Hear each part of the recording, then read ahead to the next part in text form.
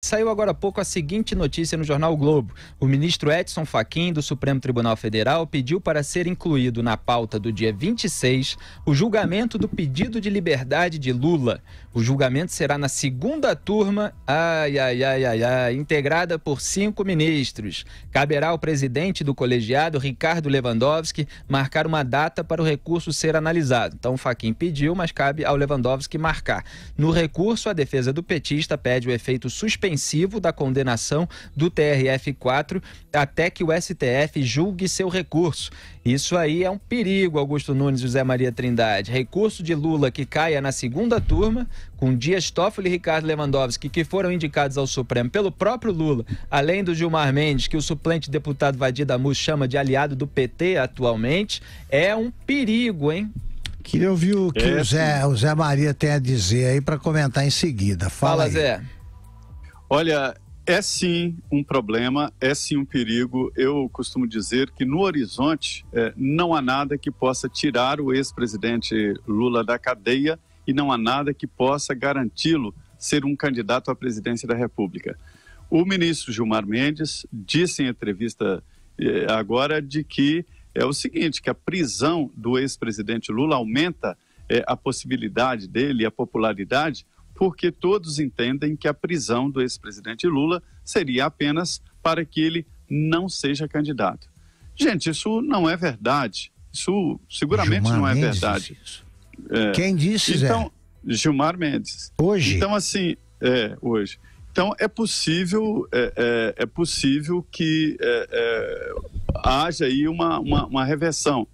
Mas eu duvido, a minha dúvida nisso aí é a seguinte: o Supremo Tribunal Federal é a corte máxima do país em se tratando de justiça. O plenário do Supremo Tribunal Federal, ou seja, o máximo do máximo, disse que o ex-presidente Lula teria que iniciar a cumprir a pena de 12 anos e 1 mês que lhe foi imposta, né, em primeira instância e confirmada em segunda instância. Então, tudo bem que a segunda turma tem esse viés, mas ir contra uma decisão do plenário do Supremo Tribunal Federal, eu acho um pouco demais, né? Então, é por isso que eu não acredito que esses senhores da segunda turma chegaram a tanto. É um pouco demais, mas da segunda turma a gente sempre tem desconfiança, hein? Pintou uma chance para que o golpe ocorra durante a Copa do Mundo. Dia 26 seria a véspera do jogo do Brasil com a Sérvia, o terceiro jogo do Brasil na Copa. A população pode estar meio distraída com a Copa do Mundo e é antes, Augusto Nunes, da mudança no Supremo Tribunal Federal prevista para setembro, quando a Carmen Lúcia deixa a presidência da corte e vai para a segunda turma no lugar do Dias Toffoli, que assume a presidência do Supremo Tribunal Federal. Então, se o Fachin tivesse esperado a Carmen Lúcia se deslocar, as chances do Lula ser solto seriam menores. Eles têm um prazo curto até a Carmen Lúcia passar a integrar a segunda turma para que se forme uma maioria dessa ala libertadora que possa favorecer o Lula. Então, o risco existe e a gente precisa ficar de olho. Precisa. Eu também acho, como o Zé Maria, que a segunda turma, nem a segunda turma terá terá um estoque de cinismo tão vasto que chegue a esse tipo de decisão. Mas há incontáveis motivos para suspeitas. Primeiro, o Fachin poderia ter esperado a chegada da Carmen Lúcia, porque a segunda turma realmente não merece confiança de qualquer pessoa que preze a lei. Não merece. Soltam todo mundo, tomam decisões contra o senso comum. Não é contra o que o povo pensa, é contra o senso comum. Os brasileiros acham que o Lula deve ser preso, isso aí até as pesquisas mais generosas, digamos assim, constatam. O Lula deve ser preso porque ele é um corrupto e condenado também por lavagem de dinheiro. Ele está cumprindo pena merecidamente, já vem outra condenação. Tirar da cadeia por quê?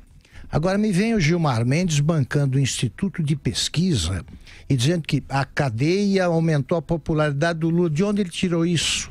É mentira. É mais uma falsidade do Gilmar Mendes, que atende aos interesses escuros que ele tem, porque eu não posso entender. Então ele faz o seguinte... Augusto. Diga. Augusto, olha, essa fala de Gilmar Mendes foi na entrevista ao jornalista Roberto Dávila, né? Tá. Ele faz uma análise, eu vou ler aqui, olha, poucos políticos candidatos a presidente, o líder na pesquisa com 30% de apoio é algo irredutível. Apesar de todas as revelações, informações, até de um certo massacre midiático, e quando se pergunta o que as pessoas querem, elas respondem que não querem candidatos envolvidos em corrupção. Não obstante, eles apontam o ex-presidente Lula, então este é um enigma que nós precisamos decifrar. Não tem nenhum enigma a decifrar. Esse pessoal é enganado por pessoas como Gilmar Mendes. O Lula numa campanha seria devastado se houvesse algum candidato disposto a falar, e existem candidatos dispostos a dizer quem ele é. É que ele está lá fingindo que é preso político e com a ajuda, sempre ajudado, primeiro pelo partido, que é composto por devotos, é uma seita, não é um partido político. O PT e seus satélites configuram uma seita. Segundo, se o juiz Gilmar Mendes, o ministro do Supremo, né, juiz ele não acha que o Lula merece sair da cadeia, o povo fica confuso mesmo. Você tem os nostálgicos do Brasil Maravilha, que ele apresentou, né, que era apenas uma fraude, como se viu, que acabou no governo da Dilma e continuou sendo desmascarada agora no governo Temer, que é uma continuação deles. Agora, o que é isso? O Lula é um preso condenado, teve direito de ampla defesa, foi o devido processo legal, as provas sobram. O que o Gilmar Mendes e os seus companheiros ou cúmplices da segunda turma têm a alegar para soltar um cara desses da cadeia? O que ele está achando da gente? Agora, sempre assim, o Felipe lembrou muito bem, durante a Copa do Mundo, enquanto há uma transição não completada, né, que é a ida da Carmen Lúcia, para acabar com aquela maioria absurda que solta todo mundo, né, no momento em que o Tribunal Eleitoral ainda não julgou. Não há o que fazer. O Lula não pode ser candidato porque é condenado em segunda instância. Está aí a lei da ficha limpa. Ou o Gilmar Mendes também revogou essa lei. É muito cinismo.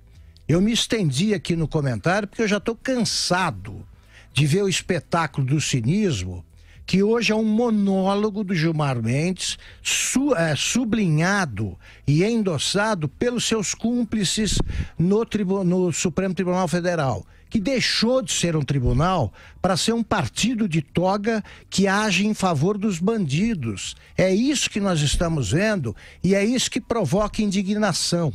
Eles agem entre um jogo e outro. Agora, e com esses argumentos que não se sustentam. E é por isso que não consegue andar na rua, nem aqui, nem em Portugal. E tem que fazer um cercadinho VIP para embarcar no aeroporto. Exatamente. Porque senão a população vai e eles têm medinho. Sabe, debochar, isso é debochar do brasileiro sério, dos que cumprem a lei. E que pagam os impostos para bancar o salário dos ministros do Supremo Tribunal Federal, que estão soltando bandidos que vão conviver com o resto da sociedade. Tem história muito mal contada aí envolvendo o filho do Gilmar Mendes, tá com um trabalho de lobby suspeitíssimo, e ele se julga o juiz dos juízes e fica insultando os homens de bem e posando, né, de grande magistrado quando ele nunca soube julgar na vida. Ele sempre tomou partido e juiz nenhum pode agir assim. Nesse pedido de liberdade do Lula ao Supremo Tribunal Federal, os argumentos da defesa do presidiário são os mesmos que já haviam sido apresentados em vão, né, ao TRF4. Quer dizer, incompetência do juiz Sérgio Moro para analisar o caso, falta de imparcialidade, toda aquela ladainha petista. E também tinha sido apresentado ao STJ, onde o relator Félix Fischer negou o pedido, né, fez isso nessa semana, inclusive. E eles estão lá apelando ao Supremo Tribunal Federal, a segunda turma, que é onde eles têm mais chance, nesse nesse prazo curto de Copa do Mundo, antes da Carmen Lúcia ocupar também a segunda turma na vaga deixada pelo Dias Toffoli. E já que o Zé Maria Trindade citou essa declaração do Gilmar Mendes, o Rui Falcão, ex-presidente do PT, usou o Twitter para dizer o que, segundo ele, o Gilmar entende sobre a prisão de Lula. Disse o seguinte, aspas, Gilmar entende que Lula lidera pesquisa mesmo preso porque povo percebe que prisão é só para impedir sua candidatura. Fecho aspas aí para o Rui Falcão. Então a gente está assistindo a essa tabelinha de petistas com o Gilmar Mendes. É a segunda vez recentemente que ela fica assim tão escancarada. Agora o Rui Falcão simplificando, resumindo a declaração do Gilmar Mendes, que obviamente deu margem a esse entendimento, e o Vadir Damu, suplente de deputado, dizendo que o Gilmar é aliado do PT. Resumiu tudo. Gilmar Mendes, no momento, está numa coalizão com o PT. É o PT e o partido dos ministros da defesa de bandidos infiltrados do Supremo. Há uma coalizão entre esses dois partidos, entre aspas, contra as instituições, contra a justiça, contra o Brasil honesto, e eles vão perder.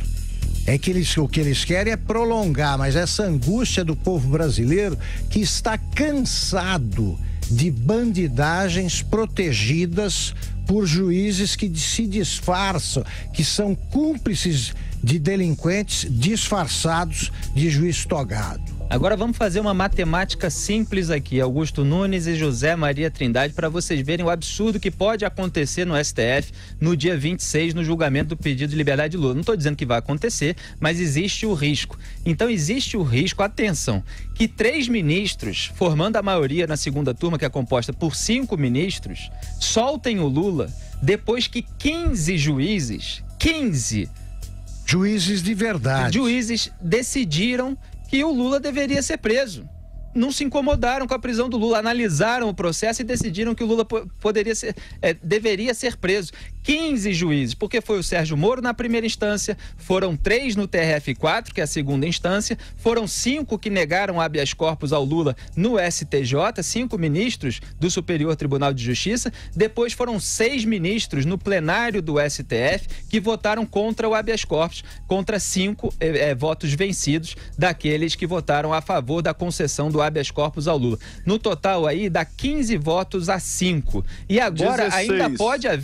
ainda pode haver 2 votos vencidos na segunda turma, né? Com Luiz Edson Fachin e Celso de Mello. Se eles votarem contra o pedido de liberdade do Lula, ainda pode ser 17. Então são 3 contra 17. A gente tem... O Zé Maria estava corrigindo minha conta aqui, só para fazer 16, de novo.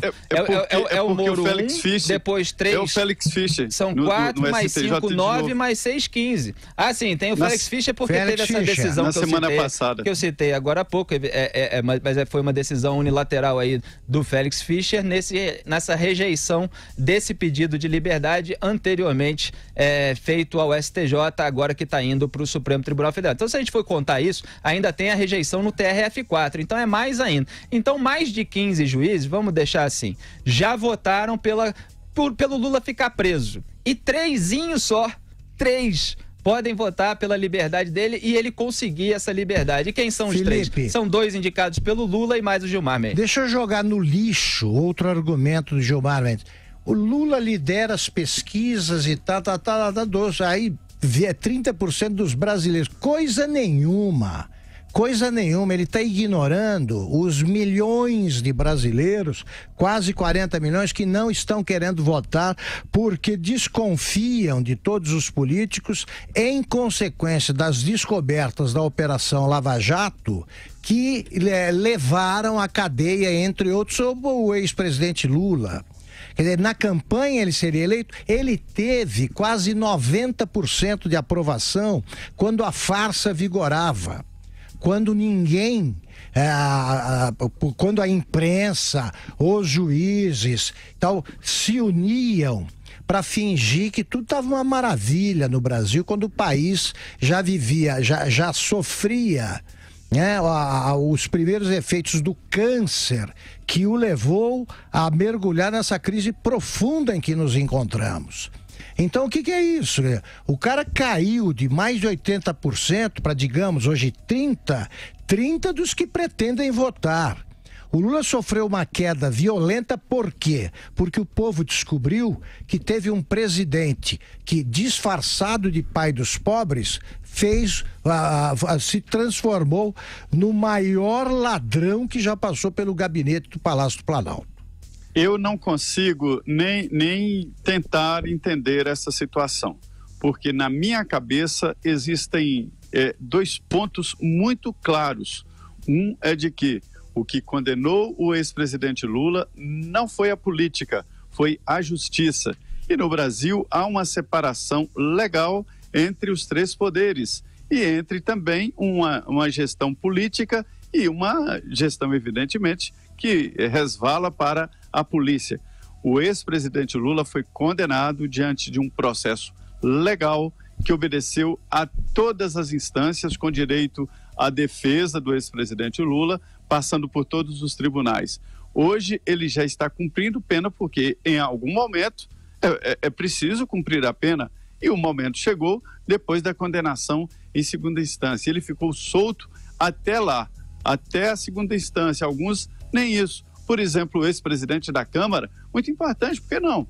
Ex-presidente da Câmara, político, deputado eleito e reeleito pelo Rio de Janeiro, cotado para ser candidato ao governo de São Paulo, Eduardo Cunha, e está preso, foi condenado na justiça comum. É a mesma coisa do ex-presidente Lula.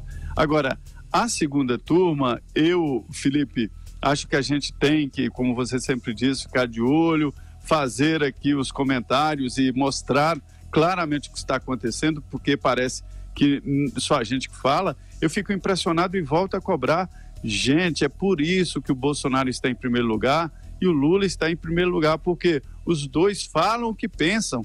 Cadê o Geraldo Alckmin? Ele tem que vir a público dizer. Cadê os outros candidatos? Tem que vir a público, mostrar. Agora fica com medo de perder voto aí e dá nisso. Hoje não tem mais política de tapinha nas costas. É de opinião, de pensamento e de mostrar a cara.